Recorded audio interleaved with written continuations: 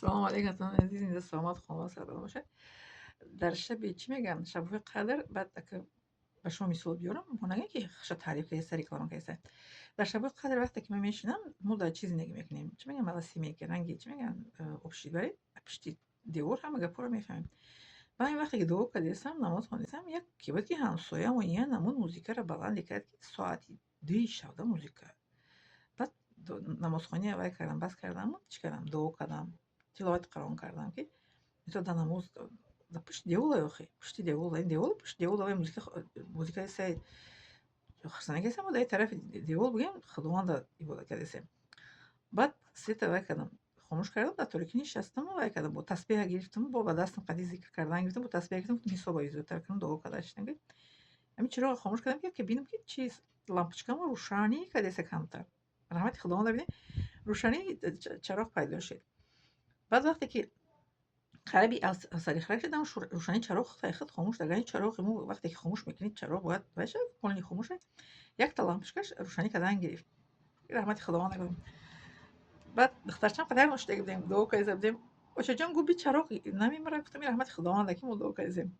بعد خریبی از سری خراب که دیدیم چراغ وایشت خاموشه با چراغ گیرون کردیم با سری خراب کردیم یعنی که ببینید که رحمت الله تعالی که بعد ساعتای 2:30 بود قریب 3 بود که و موزیکش خاموش کرد همسایه دو کردم خداوند گفتم همین همسایه گفتم خاموش کنه که ما یک شب قدر حس کنیم مثل لذت شم خسته خداوند مهربان یک که بود که خاموش شد موسیقیش. این شهری ما هم خیلی 24 ساعت خرسندی میکنن موسیقی میمونن هیچ کس کردور نیست دموکرات یا ایجارنگی چی میگن ملکه امریکا میگه میشه که هیچ کس چی نمیکنه اگر در یکم اشونه ما چی میشنن پلیس که میشنن موزیکا چی که باشه میمونن چی نمیکنن چه نیخه چونه که بلند همسایه دیگری ما پشت دیوار که برای میفهمیم در همین کدام شرایطی که نباشه برای شما مثال آوردم که انسانی که خواه عبادت کنه الله تعالی حتی موسیقی هم پیش رفت نمیگیره پشت دیوارم خسته نماز خوندن نتونستیم تو موسیقی رو خاموش نکرد این چی بگن تلاوت کردیم ذکر کردیم دعا کردیم. بله اینه به شما اینه که هر آن نفرانی که ایمان شریف رمضان پست داشتن و شب نشینی کردن دعا کردن اولیوی مثال اینا خوشبخت‌ترین انسان هستن که لذت بردن سحری در نماز بامداد خواندن همین خیلی سبک از جان خستم خیلی کردم که یک چیزی وزنی از می کتفم افتید برای همین چی میگن شب خستن در دیل شب سیاک شب کو انسان خودش رو دیگه حس میکنه با خصوصا در ماه شریف رمضان وقتی روزه میگیریم کو مثلا در اون سبک هستم خسته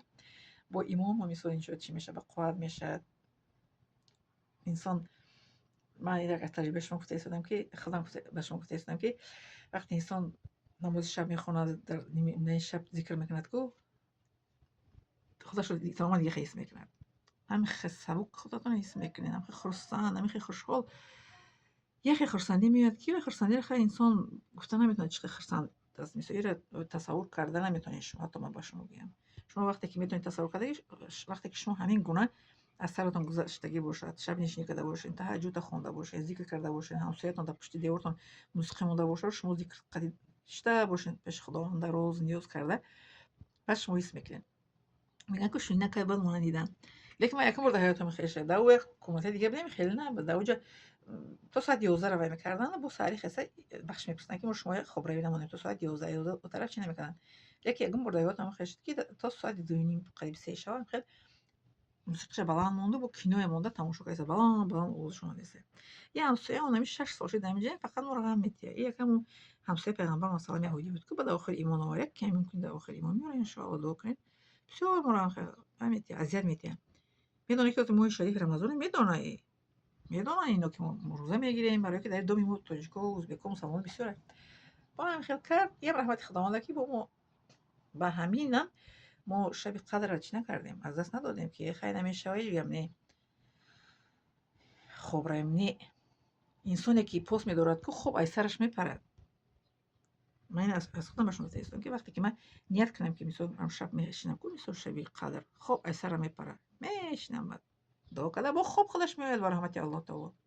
бале 2-3 соат хоб мекунӣ бас аст организм чӣ мегӯянд роҳаташро мегирад ин раҳмати худованд аст миннат дорам аз шумо